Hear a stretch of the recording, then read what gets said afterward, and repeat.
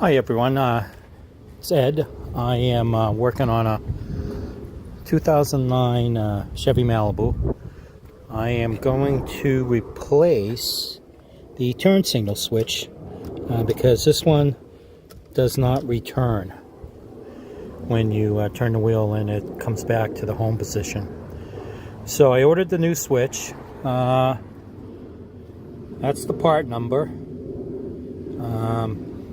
And you can notice it's made in China, so who knows how long this is going to last. But I'm going to show you what I did to replace it. It's fairly easy. It's not too bad.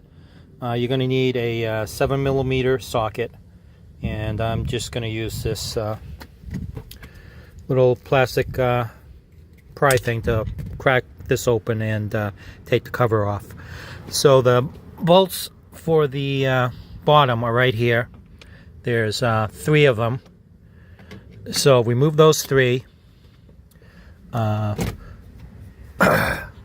Release the steering wheel and pull it all the way back toward yourself so you have enough room to pop this cover off.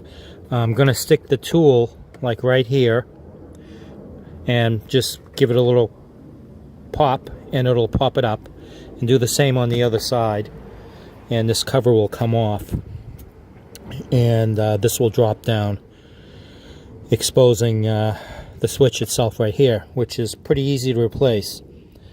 The only other thing I would suggest is just take a good look, see how this cover is sitting. Because when you take the cover off and stuff like that, there's a piece of plastic. It's kind of a circle-like, and this is it right here. This piece right here, and you have to make sure that you get the cover on this side of the switch. On this side of the switch, not back here, because if you're trying to get it with it back here, you're never going to get this on. So take a good look at that. You can see that the cover is actually comes over this, so you have to actually kind of pull it and pry it over on both sides. Even on the windshield wiper side too, you have to do the same thing.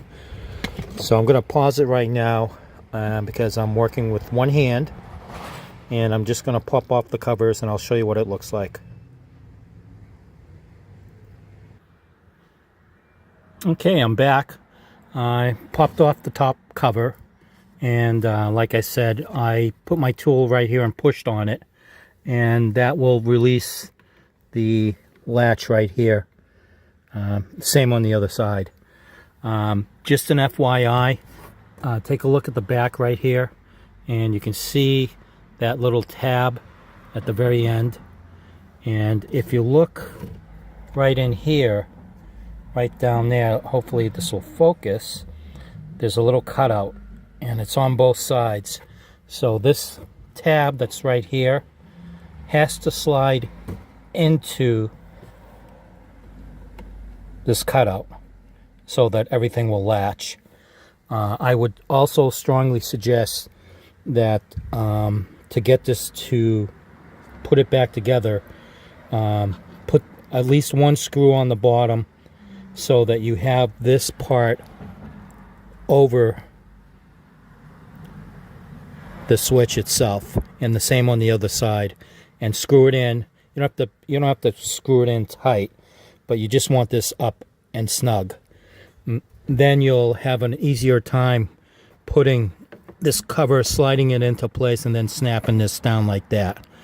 And that's just my little tip there. So excuse me. So to remove this switch, just pull this down, and you're also going to need a flat screwdriver, because you're going to have to push this right here, this little tab right here, and pull it out a little bit. Excuse me. And then the same right there, and the switch will just pop right out, and basically you'll have this in your hand. You'll have this in your hand, and you just have to unplug the two connectors and replace the switch. Put the connectors back on. You just slide this back in. It'll snap into place once it gets past this point, and then you just have to basically put the covers back on and you're good to go. I'm gonna pause it right now while I do that. So I pulled out the switch. This is the new one.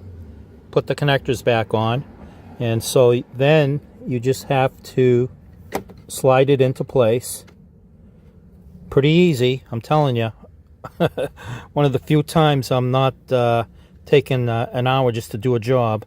And you just slide it in, snaps into place, and you're pretty much all set and good to go. You just have to, like I said, put this bottom cover on first, make sure it's past this and not behind it, and then screw it into place. Don't crank it up really tough, but get it back up into place, and then put the top cover on, and you should be good to go.